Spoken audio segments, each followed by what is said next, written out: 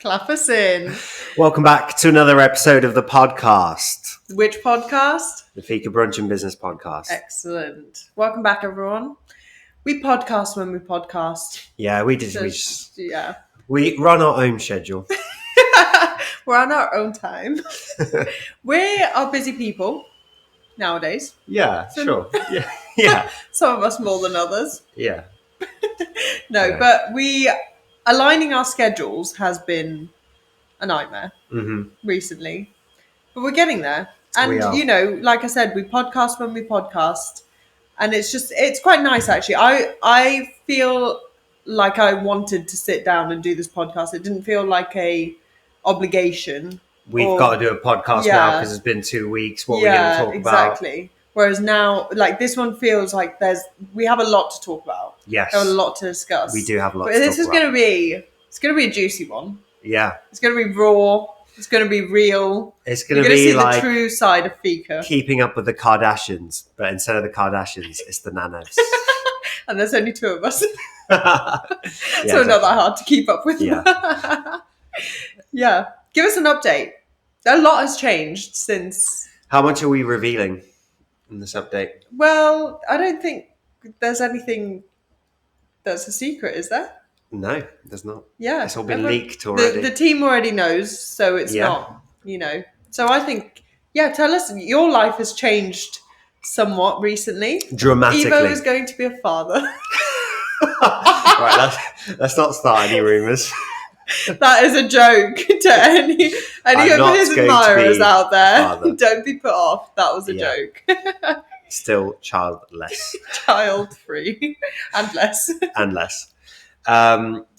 What's the update? So the update is, drumroll, Oh. as of the start of this month, I moved to London. Wow. Crazy. Wild. Why did I do that? I'll explain. Good question. Good question. Still trying to figure out. It just felt like I needed to make a big move. And I think we'd been talking about it for a little while. There's still plenty of stuff to do here in Stamford, but I feel like I wanted to be in the big city just for a little bit, just to see what it holds for me, and potentially for my business endeavors or our business endeavors.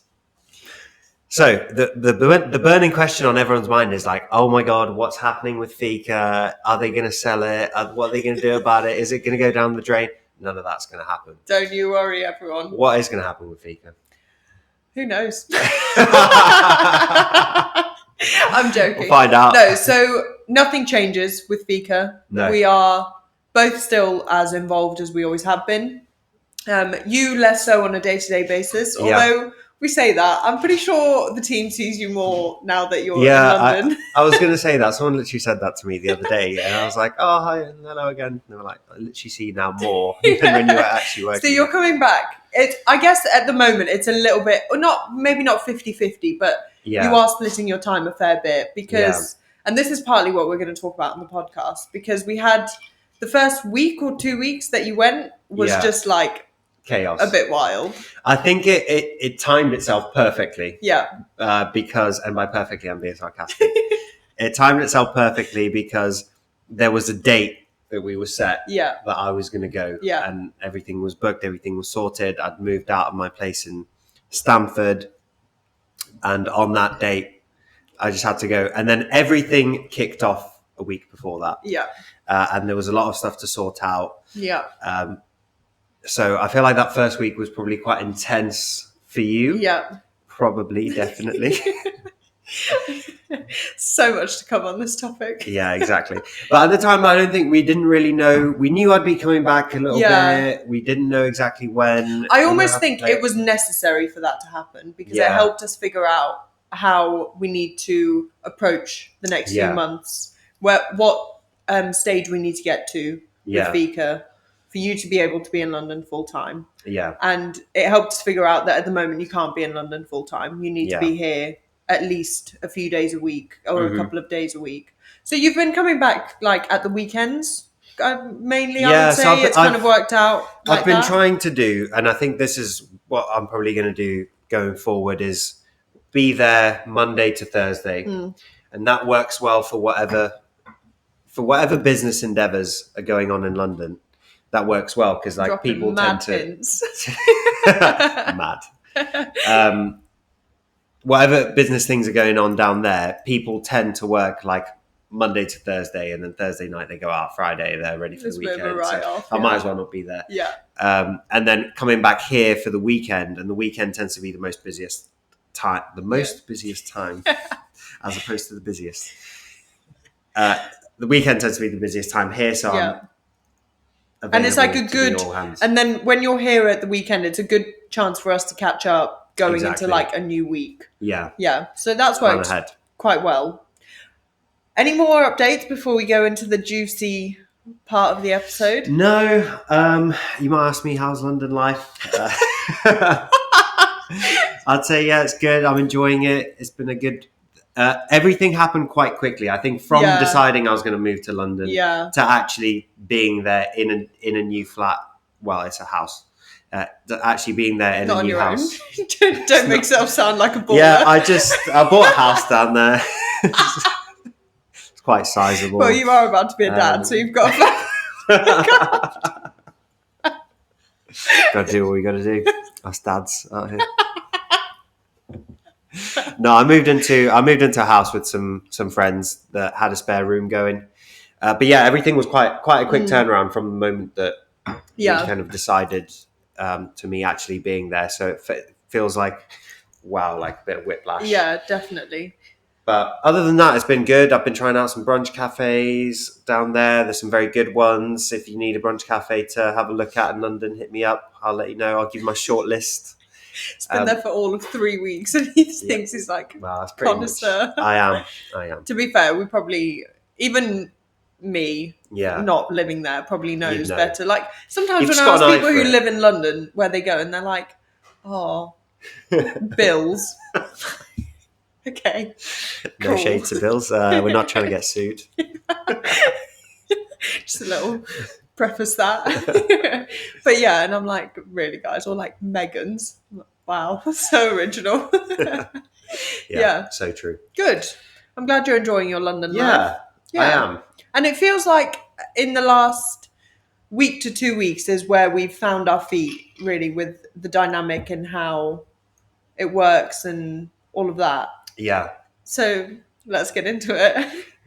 When you say let's get into it, we get into the juicy part, or unless you've got anything else to. No. Let's get into the juicy part. Let's get into the juicy part. I've got no updates. Just I know many of you will be asking on the other side of the camera. I actually don't think I do have any updates. I feel like I've been laying low, really, the last... Laying low? Lay low. The last month to 2 months, just been... In hiding. I feel like I have been in hiding a little bit. What, the last 2 months? Not 2, maybe like month. Just not... I've not been out, not really done anything social. Yeah. I did have a month where I was like trying to balance work and social. But I feel like that was also the month that like, it honestly felt like everything just exploded with work. And I was then like, I'm going to have a social life. So I ended up just working I will go to this place and have drinks. And I'm going to go to the gym 6 days a week this week. And I'm going to go out with my friends. And I'm going to work 80 hours. And I'm going to do it all well. And then I was like, no. Not happening. Not happening. So yeah, I've been laying low. Not a lot to report, really. Mm-hmm. Just... living life. Are you missing my absence? Presence, do you mean? Yeah. Again, I feel like I see you just as much as I did before, so not really. I would say we probably speak less, which is, but yeah, we still see each other just as much. That's true. And I think we had a really nice weekend last weekend. We went to London Coffee Festival. We did. Shout out London Coffee Festival. I think it was, again, I feel like in the midst of all of what we're about to talk about, we almost needed that weekend of like, almost a bit of like bonding time, re-centering where we stand with each other. Aligning our chakras. Aligning our chakras with each other. And just like spending a bit of time together where one of us isn't feeling resentful towards the other.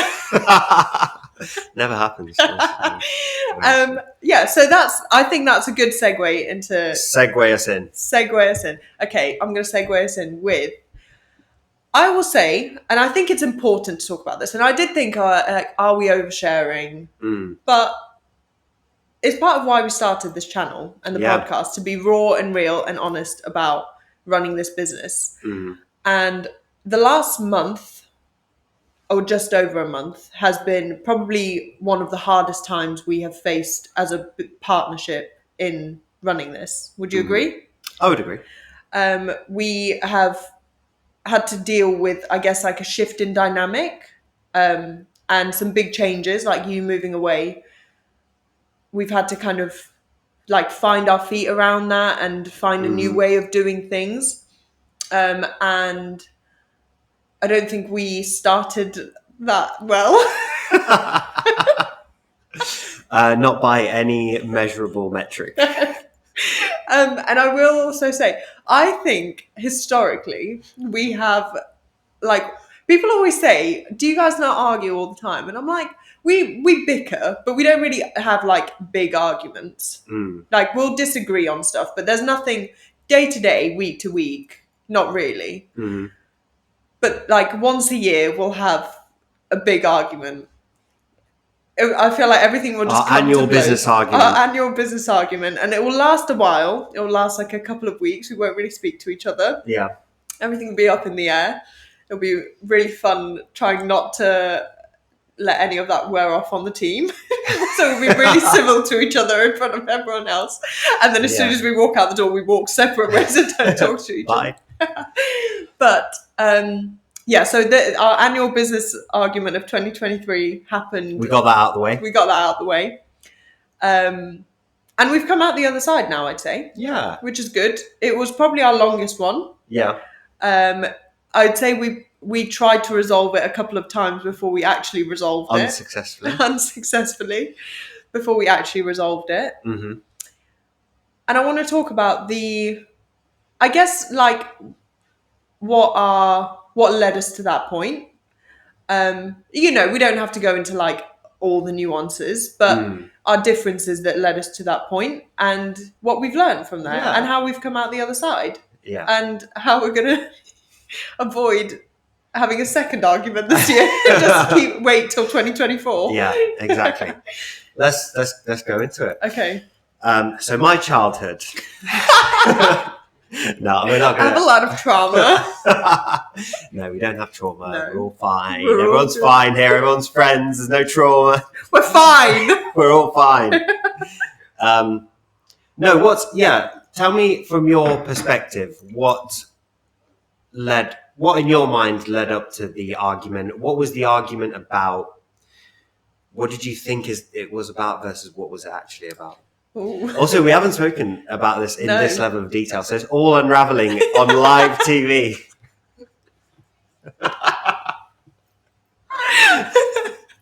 So, I think it's almost good that we're talking about it now, like a month or so on, because we both had time to reflect. Like, we're not, and I think this was one of the mistakes we made. We tried to talk about it like a week after, and I was still like, I hate you. Yeah. And you were like, I was winding you up, you were winding me up, and it was a very unsuccessful conversation. But I think we were experiencing a lot of friction between each other in the way we deal with things. I think with every problem that arose, we had very different ways of dealing with it. Yeah. And we, like our solution to everything was very different. And because we're both quite stubborn, I think we have to admit. Yeah. We then both want to have final say. Yeah. Which then I can be quite direct and quite impatient and like short if I feel like I'm not being heard or listened to, even if that's not necessarily through, like, if I feel like I've thought something many times So not even necessarily, and I'm not ridding you of all responsibility here before you think I am, but even if I've thought something, if something's really obvious in my mind and then you don't understand it like straight away, I'll get like short and snappy, even if I've not really articulated my reasoning, that kind of thing. And then I think with you, I'm not going to turn this into a roast, but no, I like, that's my, like, part of my wrongdoings, not wrongdoings, but like, I guess what led up to that. And then I think with you, I feel I need to be listened to and like heard to feel like I'm playing a part. And I don't think you're very good at listening. Yeah, see, I wholeheartedly disagree. I think you're good. I don't think you're good at listening to like details of stuff.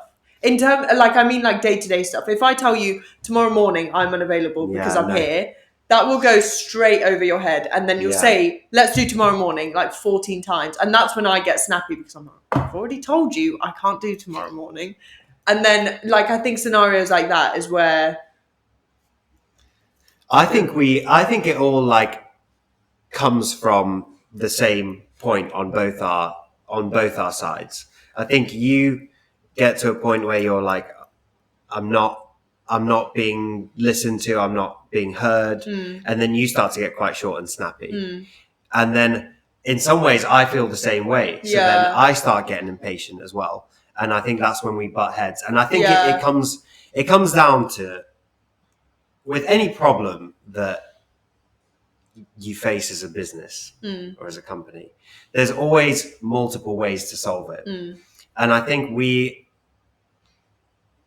tend to have differing ideas on how to solve problems. And one of us wants to do one thing, the other one wants to do another thing. They would both work and both have their pros and cons. But I think we just differ in how we want to approach things. Yeah. And then when we both want to do it our own way. Yeah. That's when the annual business argument happens. And it usually comes to a head because one of us gets pushed past a point and we snap back with a comment or something that's like not helpful to the situation, that really riles the other one up, and that's when it explodes and the argument is now happening. So, but it will almost be like weeks of a bit of tension leading up to that. Yeah. And then there'll be like a comment or something that will be like, right, that's it. We're at war now. Yeah. Then we fight it out. We go into the Wolfox car park. We get our boxing gloves out. We get a good workout in. Any customers? Yeah. We're all good. This is what we do. Yeah. So, that's from my perspective. What about from your perspective? Anything you... I think very, very, very, very similar things to what you were saying about like, I can't remember exactly how I put it to you at the time, but I said something like, because I think it was clear that you were going to have to pick up a significant amount of the workload. Yeah. And because I was leaving to go to London, and I could see that was coming to a point where it was unsustainable. And in my head, I was trying to be like, why don't we do this? Why don't we do that? Why don't we try it like this? And I think and you were going from your direction of like, no, that wouldn't work because of this. Let's do this instead. And I think that's when we were butting heads. And that's when, and again, I think either way of solving all these problems could have worked, and either way had their pros and cons. But we both, I think it also came from the fact that we both were quite, what was I trying to say? I think it came from a point that we were both slightly overworked in that week as well. Yeah. Because we had staffing gaps to fill in, and like we were working again for probably you so more than me. Yeah. And I think all of that just came to a head. And I think with the way we approach things, I am I'm very much like, I want to deal with the problem there and then in the best way possible. Like, I want the best solution to resolve the problem immediately. Yeah. And a lot of the time, I would say, like, I'd say I'm quite adaptable. Like, I can fit myself into any position and just learn how to do it and do it well. But with growing and with scaling, I'm realizing, I had a lot of aha moments recently, guys, but I am realizing that I can't just plug every gap, because that's when I get to a point where I'm like, fucking hell, I have so much on my plate, because I'm trying to plug every gap. And whereas I think you are more like, this is not a perfect solution, it's maybe not even like an amazing one, but it's a solution. And it gives us a bit of breathing room to find it. Yeah. And I think the perfectionist in me and the like wanting everything to be perfect and 100% all the time finds that really hard to be like, it's not going to be perfect all the time. What was that thing that you said? Sometimes good enough is good enough. Facts. And I find that really hard to come to terms with, but I have come to terms with it. And it is like, nothing is ever going to be perfect. Yeah. So I think you quite often want to go into like, okay, there's no one in the kitchen. I'm going to do the kitchen, and I'm going to do the bakery, and I'm going to do out front, and I'm going to do this, and it's all going to be good. Yeah. Yeah. And I'm just like, and maybe this is where some of your frustration comes in as well, because I'm just like, yeah, it'll be all right. Like, do this, put this person here, do that, mix it around like that. Everything's sweet. I'll go out tonight. Yeah. But yeah, I feel like I have a more relaxed approach in that manner, if I can say that. But maybe I guess relaxed. In a way, and I'm not saying this in like to, I don't mean this in an offensive to you and making me seem better way, but I think I'm willing to sacrifice more day to day for things to be perfect than you are. Yeah, you're true. not willing to sacrifice as much of like, say like if you have a PT session, like you're going to your PT session, whereas like I will cancel my PT session, I'll rearrange it, I'll never see them again, like anything that works to make sure that Fika's fine. And I do think like somewhere in the middle of that is probably best. Would you say, interesting question, would you say that's changed now after that experience of the last month? I would say so. I would say so because more for like my own sanity, I then just get to a point where I lose enjoyment in the things. Like I love this cafe. I love all three cafes. It is what I love doing. I've realized, look at me getting emotional. No, but it is like my true passion in life. Like I've feel like I've found my purpose, but I completely lose that and feeling like that when I'm overworked and overtired and sacrifice everything for that. Like I need a very balanced having that and loving my work, but also like having me time and doing things that are good for me outside and completely separate to work. And I have known this before, and I've realized this before, and I am just stubborn and will try and do everything. But yeah, I'd say that has changed, and now I'm a bit more like. Well, I guess I think it takes those moments to figure out where the boundaries are of like how far. So you might have pushed that far for everything to be perfect, and you might have said, "Oh, I love doing this, and I love sacrificing everything to make it perfect." But now you know like where the line is between like how much do you sacrifice and how perfect do you want it to be. Exactly. Yeah, I'm just nice. I wrote some notes here because I thought of some interesting stuff. Oh, this is a good one. Personally, how our dynamics change when we have an argument and how we like recalibrate and get back to being like working well together, and also how we avoid it rubbing off on the team and how we avoid dragging anyone else into that. I mean, that's pretty obvious. Like, of course, we're never going to be like, whose side are you on? But more like I said, it's because we're both like, we struggle to just we can't just let things go. Like when we've had an argument, we can't be around each other and like it just be fine. Yeah. There's always that underlying tension. So how we avoid that spreading onto anyone else or being palpable by anyone else. But let's do our personal one first. Yeah. What was the question exactly? Like how we recalibrate our dynamic and go back to working well together. I think part of where the dynamic shifts as well is when there's too much overlap in our individual roles. Yeah.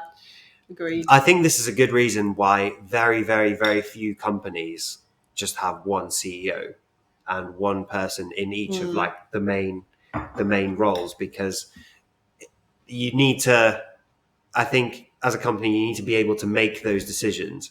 And I think when our roles overlap, we're slower to make those decisions. We argue more. We're indecisive.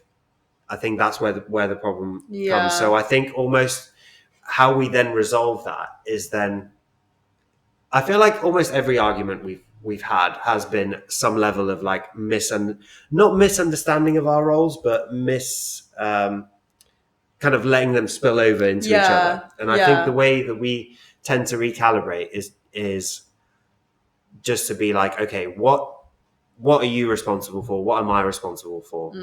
And let's each make what we think is the right decision in those particular areas. And it's not always something that you can perfectly separate out into two roles, but the less overlap that there is, I think the easier going forward and making decisions becomes. Yeah, I agree with that. That's a good point. Anything more to... Well, this kind of leads on to something else I've written down, which is like the balancing act. And I think with the roles, it is because we do have different roles, but we're not really a company of the size where like you work in your head office and I work in my creative office and we never see each other and we have completely different roles. And, you know, because we are still trying to build something and there is still some overlap. Yeah. But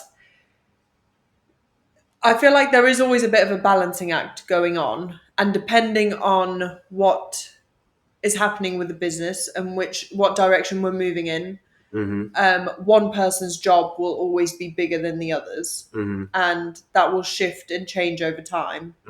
So for 3 months, your workload might be far bigger than mine. And my workload might be a lot less than yours. And then for 2 months after that, my workload might be a lot bigger and your workload might be a lot smaller. And I almost think this thought has actually just popped into my head. You know how before you went away, we kind of tried to divide and conquer the tasks? Maybe we shouldn't have done that. Maybe we should have just... Your tasks that were your tasks should have stayed as your tasks, and my tasks that were my tasks should have stayed as my tasks. Yeah. Because we did that in a way to like, I guess to make sure that I can handle the workload I was about to get. Yeah. And to alleviate some of the day-to-day stuff from you. Yeah. But actually, that was where a lot of the blurring... Yeah, and that's a lot of where the blurring of lines came in. So I think learning to accept that the balance is going to be off sometimes. And like from a personal standpoint, I'm not going to go into masses of detail because it's not a therapy session, but I struggle with the guilt from that. So like if I see you working what I perceive as a lot more than me, and that is the key word, what I perceive as, then I feel guilty for that. And I feel like, and that's again probably where we would start to clash, because I would start getting involved and feeling like I have to help and make some of these decisions myself and get involved in some of these decisions. When actually I just need to let and you... I've said to you before, like I'd rather just do it myself. But yeah, then that's when you go, no, I'm not doing enough, I need to let's go. I don't know how it works the other way around.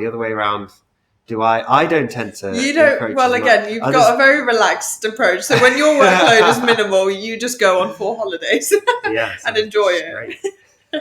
I've not been on 4 holidays. Maybe 4 city breaks, 4 short weekend city breaks in 3 Thursday months. to Tuesday. Yeah, I think that's a part of it as well, and learning to accept that. Yeah. Nice. I think we should talk about wanting different things as well. Because I think all of this, what we've spoken about wanting to solve problems in different ways, is because I think we've realized that we fundamentally want slightly different things. Yeah. And I think let's say, if you were to take full charge of Fika, it would go in a slightly different direction to if I were to take full charge of Fika. So I think that's probably why we differ in the way that we want to solve things. I think you're much more inclined to have something like where things are more perfect, things are much... you're much more involved in like the day-to-day, the team, everyone, which I like as well, but also something, and I've spoken about this before, that excites me is like a level of scale. Having like big problems to deal with is something that excites me. So I think that's where we differ. I think I would probably go slightly bigger, slightly less perfect, whereas you would go slightly smaller but more perfect. And I'm not even sure perfect is the word. More, I would almost say it like soulful and personal to me. Whereas I don't think you're really that bothered about something being personal to you. You would rather have scale than personal. Yeah, and to me, if I'm able to participate in the game of business in some kind of way, that's enough personal to me. To me, the game of business is what's exciting. Yeah. Whereas I think to you, like specifically a cafe and baking and all of that is more exciting than the actual business part itself. And to me, the way I describe it best is I feel immense pride when I walk into any of the Fikas now, and it like I feel very fulfilled and very like almost like, wow, we've done this. Whereas if we scaled, Fika to have 200 across the country, I wouldn't feel the same sense of pride going into any of those 200 because I wouldn't feel like I have a personal attachment to either of them. Yeah. If that makes sense. Yeah. And I think that's a big part of it for me. I need to feel really like personally attached to something and really proud of something. Even if it's not necessarily on like the day-to-day basis, like I can still feel, I'm barely ever here now, but I still feel an immense pride when I come in. Yeah. Because I'm like, I feel like we had something to do with, well, more than something. Not a small part to play. And I don't think I would get that from scale. Yeah. So, and that's something that like, I think I didn't want to admit to myself for a long time because I wanted to be like a boss bitch and like be able to do it all and do the scale and like do it really well. Yeah. And then I just realized that like that doesn't excite me. It doesn't make me happy. I don't want to deal with big problems. What do I want to deal with big problems for? I don't enjoy being stressed. Yeah. I enjoy being and that's not to say I enjoy being like relaxed and just chilling, but I enjoy, just the personal stuff more so than the big problems that come with big scale and bigger industry. Yeah. I think I and that doesn't speak to you. And there was a really good way you described it when you went into Juliet's. One of our many cafe recommendations in London. So Bill's no, Megan's no, Juliet's yes. Yeah. All names. I know. Maybe my cafe will be called Tears. And yours next door can be called Evo's. Sounds good. What was I saying? Oh yeah, when you walked into Juliet's, which is, as far as I know, an independent. As far as I know, yeah, I think it is. And like milk in Balham, a lot of people will know. Yeah. I feel like we probably would say the same about. Yeah. You walk in and you think, this is a work of art. It's so unique. It's so great. Yeah. Love it. And you think, this is not what I want to do. And I think this is exactly what I want to do. Yeah. And I think that's like the best. And it's not from a point of like, I really appreciate what they've done at Juliet's. And when I say a work of art, I really mean it. You know, you walk into some cafes and you're like, this is good, this is really good. But like, there's a handful that are like, this is a work of art. Yeah. And I definitely appreciate that. I appreciate works of art, but I myself am not the artist. Yeah. And I'm something else. My strengths lie elsewhere. Yeah.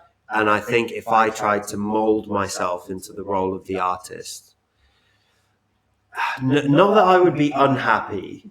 It's more. I think you would be unfulfilled. I don't think you would feel like I need to do living your purpose. Yeah, exactly. Definitely. And it doesn't feel like my destiny. No, and I definitely see that in you. I think you've got like definitely like a shark streak in you, whereas I don't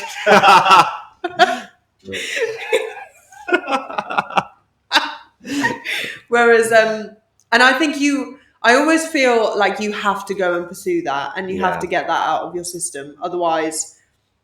And this is part of why you had to move to London. Yeah. And why, even regardless of like when we were going through all of this and we were coming out of it and like finding solutions to alleviate some of my workload, one of the options was like I could just move back. And I was like, I think that's the worst option, because A, it only provides a short-term solution, and B, like you're then going to be miserable. You need to go and do what's right for you and what like is your calling. And I think I don't have that streak in me. I don't have that like hunger or like. You're more the artist. Yeah, I'm more the artist, and I'm more the. I don't even know if I would describe myself as the artist, but I just. Other things drive me. Yeah. Not that like wanting to be at scale and wanting to be. Yeah. Solve big problems. Yeah. I want to have more. I want to have an impact on like a smaller number of people. Yeah. But like. Yeah. What a mature conversation we're having here on today's Just podcast. you wait until that camera gets turned off. No, I think that's, Anything else you want to add on to that? No, I think that perfectly well describes it. Yeah. Perfectly well describes it. And I think we've done well what I think we've done well in is not try and like mold ourselves into something that we're not in order to carry on like doing everything together. Yeah. I think we're at some point like we're probably going to have our own separate things that might be linked in some way. Yeah. But they're probably going to be in slightly different directions. Yeah. I think we've done well to recognize that early, rather than trying to be like, no, we need to do something. Yeah. Together now, forever, and find a way, and only that. Find a way to make it work. Yeah. Because I think we would both pull each other. I'd want to go here, you'd want to go here, and we'd end up pulling each other, and both of us, because we're stubborn, because we've got big egos, we just end up having more than an annual business clash, whatever we called it. Argument. A business argument. I like annual business clash better though. It sounds like it's our annual business clash. We'll televise the next one. We should do like a reality TV series, the Fika annual business clash. I like it. I like it. Come up with some and I think we should mention what we're doing now with Fika, which we did. Just waving to my fans. There's no one out there. She's seeing things. I think we should. Yeah, we touched on what we're doing with Fika, but I think we should reiterate that now. Now that we've had this conversation, people know what's been going down. Yeah, Fika's going nowhere. We're going nowhere. Fika's going nowhere. It's not going to make any progress. Yeah, that's it. No, it's going nowhere in terms of like how we run Fika is how we will continue to run Fika. Yeah.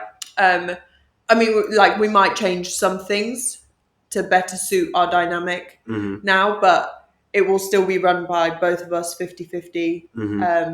We're going to continue to grow Fika in ways that are exciting and that will bring a lot more to the brand and hopefully like benefit our customer base even more.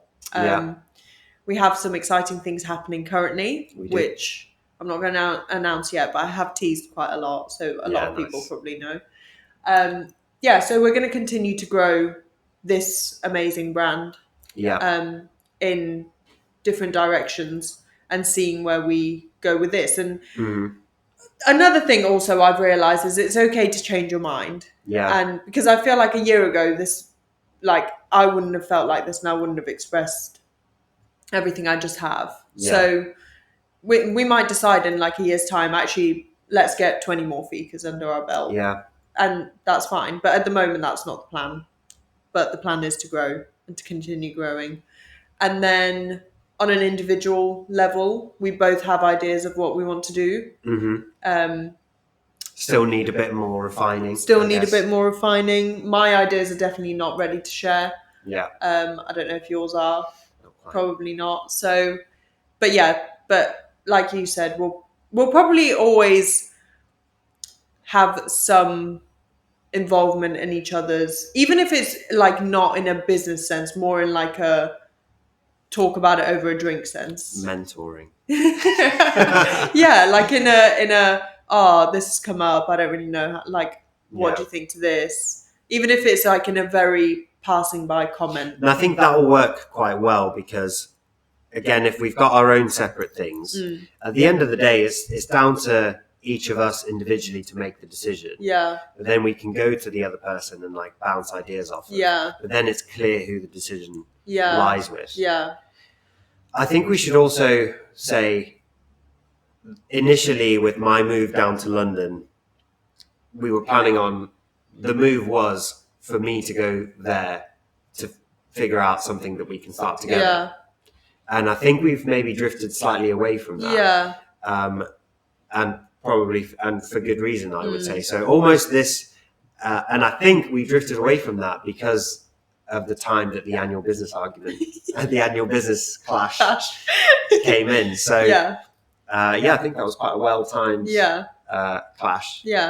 And also, again, coming back to the point of like, it's okay to change our minds. It might be that like in 6 months' time, we sit down and have a conversation and, I don't know, find a perfect space for something joint in London together.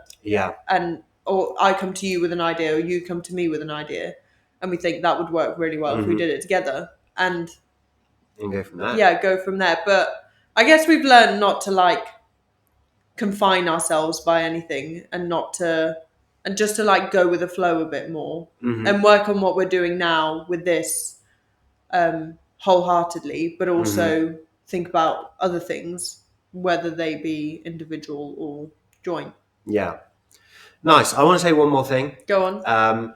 All of this would not be possible without the fact that we've got a solid team here. We talk about we're going to continue to grow Fika, we're going to continue to run Fika, but a lot of the running part especially happens by everyone else that we've got. That we've got here. And it feels like this month, I would say, it feels like we've really solidified the team. Like the core team is so solid. I actually genuinely, every night when I do my 3 things I'm grateful for, almost every night the Fika team comes into it because I can't think of like a better bunch of people. I can't. You put them all in a room, I'm like, you're all amazing. How have we got like a collection of people I would like happily choose to spend my time with, and the whole team is that. Like there's no one in the team who I'm like, you're a bit sus. I'm not sure about this, lad. Which is incredible. And so very solid bunch. It has taken a good 3 years to get there. But it's been worth it. We'll do it for another 3 years if we end up with the team we have now. They're amazing. I completely agree with you. Top lads. Shout out Fika team. Cool. Let's summarize. What did we talk about in today's episode? On today's I'm going to need to refer to my notes because we all know how good my short-term memory is. Today's episode was a therapy session, mainly for no, I'm joking. On today's episode, we had a very honest discussion about our annual business clash that we usually have once a year, not at any particular point in the year. Hence why it's annual. Yeah. Very good point. And we just had a conversation about that, the factors leading up to it, and how we go about resolving these clashes. And then we also talked a little bit about what the future lies for us. Yeah. Post-clash. Post-clash. In a post-clash world. Post-clash world. Yeah. And our differences, our different strengths and weaknesses, and learning how to balance each other's roles, and learning that sometimes being off balance is okay and normal. Boom. That's it. Thank you very much, everyone. Hope you enjoyed this real and raw. I think we should end it here. Let me end on a rap. I'm joking, I'm not going to do that. That's it. Thanks, everyone. Clap us out. That was a shit clap. Nice.